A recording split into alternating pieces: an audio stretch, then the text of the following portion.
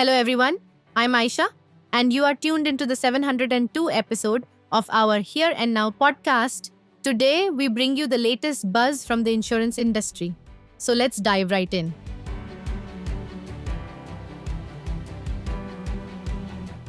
Our first story today comes from LiveMint, highlighting a significant move towards social security in Punjab.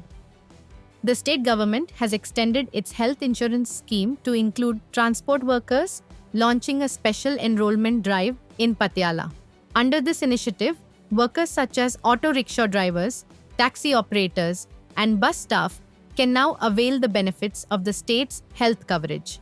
The report notes that this extension aims to safeguard the financial health of those who keep the state moving, providing them with access to quality medical care without the burden of out-of-pocket expenses. This drive is a crucial step in formalizing health protection for the unorganized sector, ensuring that transport workers and their families are not left vulnerable to medical emergencies. Moving on to our next story, a report by Maritime Gateway discusses a major development in India's maritime sector.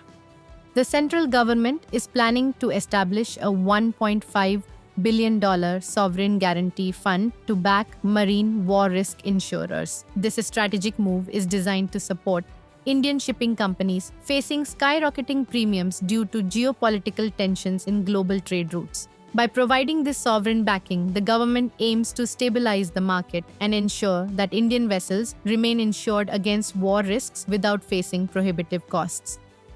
The report emphasizes that this fund will act as a safety net, enhancing the resilience of India's maritime trade and protecting the supply chain from global uncertainties. Our third story focuses on a shifting trend in corporate wellness, reported by the Economic Times. India's group health insurance landscape is undergoing a transformation, moving towards points-based, flexible benefits as employees increasingly demand choice. The article explains that the traditional one-size-fits-all model is being replaced by customizable plans where employees are allocated a specific number of points or credits. These can then be used to purchase coverage that suits their specific life stages, whether that is maternity cover for younger employees or critical illness plans for older ones. This shift not only empowers employees to tailor their health protection, but also helps companies optimize their benefit spends while ensuring higher satisfaction and retention rates. Our final story focuses on consumer protection, brought to us by Business Standard.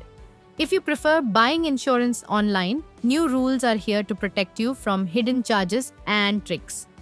The Insurance Regulatory and Development Authority of India, or IRDAI, has introduced fresh guidelines aimed at increasing transparency in digital insurance purchases. The report details that insurers are now required to display the complete premium breakup upfront and are prohibited from automatically adding unwanted riders or add-ons without the customer's explicit consent. These measures are designed to curb dishonest quoting and ensure that policyholders know exactly what they are paying for, making the online buying experience safer and more trustworthy. And with that, we conclude today's episode. We hope you found these in-depth updates helpful and insightful. As always, our podcast, Here and Now, will continue to bring you more such stories from the world of insurance. Until then, take care, goodbye, and have a great week ahead.